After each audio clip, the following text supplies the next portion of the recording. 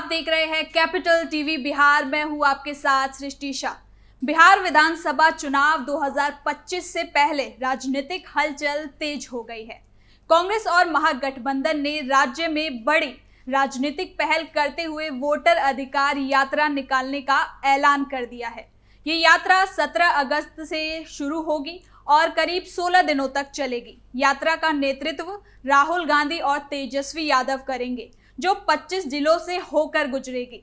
इस दौरान दोनों नेता जनता से सीधा संवाद करेंगे और इसके साथ ही महागठबंधन के अन्य नेता भी इस यात्रा में शामिल होंगे। आपको बता दूं कि महागठबंधन का दावा है कि ये यात्रा एसआईआर और एनडीए सरकार की नीतियों के खिलाफ है, जिसमें महंगाई, बेरोजगारी और कानून व्यवस्था जैसे मुद्दों को प्रमुखता से उठाया जाएगा। इस यात्रा को आगामी विधानसभा चुनाव की रणनीति का अहम हिस्सा भी माना जा रहा है। लेकिन यात्रा के शुरू होने से पहले ही बीजेपी ने इस पर तीखा हमला बोल दिया है और इस यात्रा को चोट पहुंचा दी है। आपको बता दूं कि बीजेपी नेता नीरज कुमार ने कहा कि राहुल गांधी और तेजस्वी यादव की ये यात्रा सर्कस है, जिसे लोग देखेंगे तो जरूर, लेकिन गंभीरता से बिल्कुल नहीं लेंगे। वहीं बीजेपी नेता अजय आलोक ने बयान देते हुए कहा कि तेजस्वी और राहुल ने राज्य में अव्यवस्था फैलाने का ठेका ले रखा है।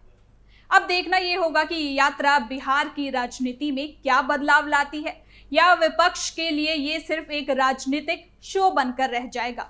तो चलिए जानते हैं कि राहुल तेजस्वी की यात्रा कितनी सफल होती है और बीजेपी नेता किस प्रकार से इस पर आगे भी हमलावर होते हैं।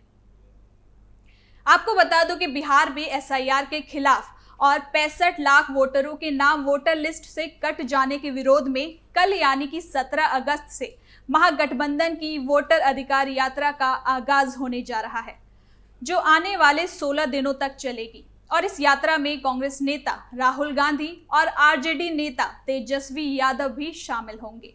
दोनों नेताओं के नेतृत्व में सासाराम से शुरू होकर 25 जिलों से यात्रा निकाली जाएगी, जिसमें महागठबंधन के अन्य नेता भी शामिल होंगे।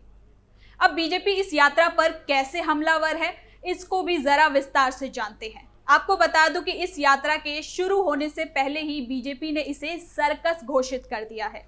भाजपा जिला कार्यालय में आयोजित प्रेस वार्ता में भाजपा के राष्ट्रीय प्रवक्ता अजय आलोक ने राहुल गांधी को उधार का गांधी करार दिया। उन्होंने सवाल उठाया कि आखिर कांग्रेस नेता एसआईआर का विरोध क्यों कर रहे हैं। क्या वो नहीं चाहते कि मतदाता सूची से फर्जी वोटरों को हटाया जाए और अवैध घुसपैठियों को देश से बाहर निकाला जाए। इसके साथ ही आलोक ने स्पष्ट किया कि राज्य और केंद्र सरकार इस मुद्दे पर जल्द ही सख्त कदम उठाने जा रही है। तो वहीं अजय ने तेजस्वी पर भी निशाना साधा और कहा कि तेजस्वी के पास 2 वोटर कार्ड है। चुनाव आयोग उनके एक वोटर कार्ड को पहले ही खारिज कर चुका है। ऐसे में उन्हें बताना चाहिए कि दूसरा वोटर कार्ड बांग्लादेश से आया है या फिर पाकिस्तान की साजिश का हिस्सा है।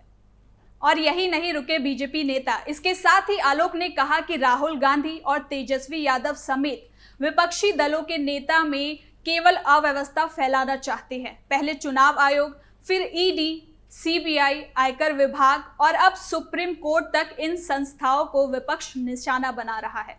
और राहुल गांधी और तेजस्वी ने तो अव्यवस्था फैलाने का ठेका ले रखा है। लेकिन एसआईआर के मुद्दे पर दोनों बुरी तरीके से अब फंस चुके हैं और चुनाव आयोग के नोटिस से बचने के लिए भाग रहे हैं।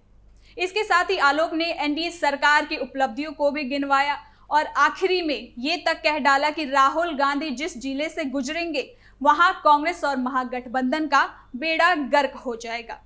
उन्होंने अनुमान लगाया कि महागठबंधन को 25 से भी कम सीटें मिलेंगी, जबकि एनडीए बिहार में 225 सीटें जीतकर भारी बहुमत हासिल करेगा। लेकिन ये बात केवल आलोक द्वारा ही नहीं, बल्कि बीजेपी के और नेता भी पदयात्रा पर लगातार सवाल उठा रहे हैं, जिसमें नीरज कुमार भी शामिल है। नीरज ने तो यात्रा को असफल वंशवादी जोकरों का सर्कस तक कह डाला। नीरज ने अपने सरकार की सराहना करते हुए कहा कि बिहार की जनता एनडीए पर पूरा भरोसा करती है।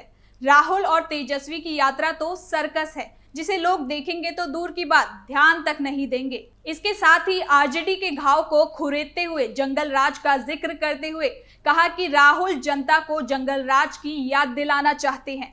एनडीए ने बिहार को जंगलराज से बाहर निकालकर इस ऊंचाई तक पहुंचा डाला है। अब चाहे सिर पटक ले, लेकिन कुछ नहीं होने वाला। कोर्ट ने चुनाव आयोग को आदेश दे दिया है, तो किस बात का भ्रम फैला रहे हैं ये लोग? अफवाह की राजनीति करना चाहते हैं। तो वहीं बीजेपी प्रवक्ता विनोद शर्मा कहते हैं कि यात्रा उनकी हताशा है, बिहार तो केवल बदनाम करना चाहते हैं। कुल मिलाकर बात साफ है कि जैसे जैसे महागठबंधन की वोटर अधिकार यात्रा आगे बढ़ेगी, बीजेपी की ओर से आरोपों और कटाक्षों का सिलसिला भी जारी रहेगा। बीजेपी में लगातार यात्रा को जनता को भ्रमित करने वाला कदम बताया जा रहा है।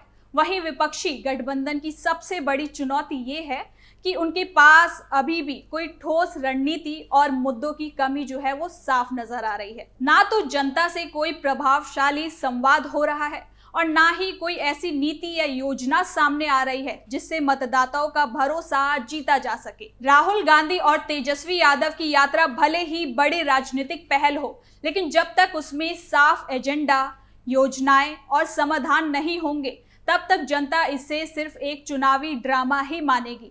ऐसे में एनडीए को बड़ा राजनीतिक फायदा मिलता नजर आ रहा है। लेकिन अब देखना होगा कि महागठबंधन यात्रा के अलावा क्या करती है। क्या इस यात्रा में एसआईआर के अलावा भी कोई मुद्दा है जिस पर वो जनता से संवाद कर सकेगी, या फिर 16 दिन केवल एसआईआर पर ही टिकी रहेगी? इसके साथ ही सवाल ये भी है कि क्या तेजस्वी और राहुल कल से ही यात्रा में शामिल होंगे या फिर कोई खास दिन चुना गया है? ये सभी सवाल बहुत जरूरी है, क्योंकि जनता के वोट की बात है, उनके अधिकार की बात है और आने वाले 5 समय में बिहार कहां पहुंचेगा, ये सब इस विधानसभा चुनाव पर निर्भर है। ऐसे में ये यात्रा कैसा मोड़ लेती है, ये देखने वाली बात है। कल से यात्रा का शुभारंभ होगा और इसमें क्या कुछ निकलकर सामने आता है, इसका अपडेट हम आपको देते रहेंगे। लेकिन फिलहाल के लिए इस खबर में इतना ही। देखते रहिए कैपिटल टीवी बिहार।